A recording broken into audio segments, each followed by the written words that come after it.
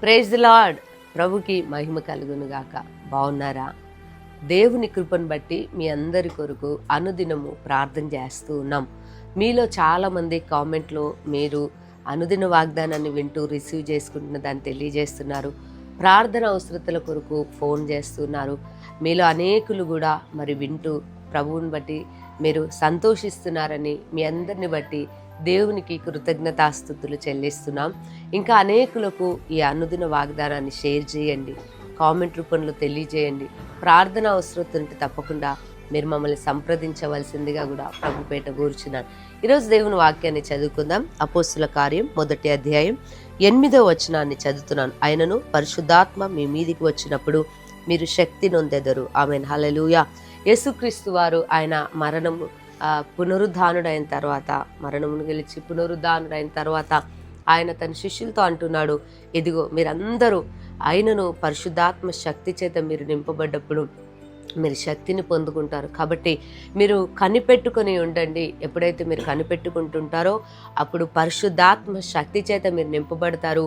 అంతం వరకు మీరు శక్తిని పొందుకొని ధైర్యంగా నిలబడతారు అని యేసు ప్రభు వారు ఆ దినమున ప్రకటించారు. అవును దేవుని బిడ్డలారా, పరిశుద్ధాత్మ శక్తి చేత మనము నింపబడాలి.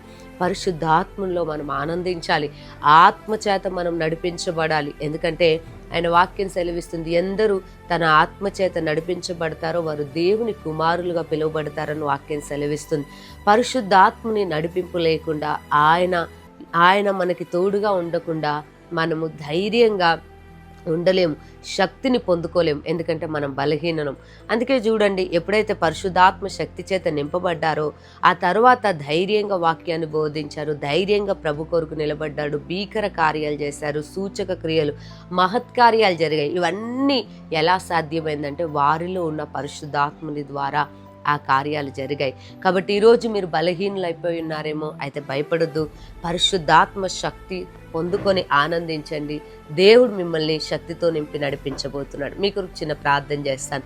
సర్వశక్తి గల దేవా స్తోత్రం. ఎంతమంది బిడ్డలైతే మేము శక్తిహీనులము, బలహీనులం అనుకుంటున్నారో, భయపడుతున్నారో, ఈరోజు నాయన ఇప్పుడే నీ ఆత్మచేత వారిని నింపండి అయా. శక్తి అయా వారు పొందుకుందురుగాక. అయా బలమైన వ్యక్తులుగా మీరు వారిని మార్చమని యేసు నామంలో ప్రార్థిస్తున్నాను తండ్రి. ఆమెన్. ప్రభు మిమ్మల్ని దీవించునుగాక.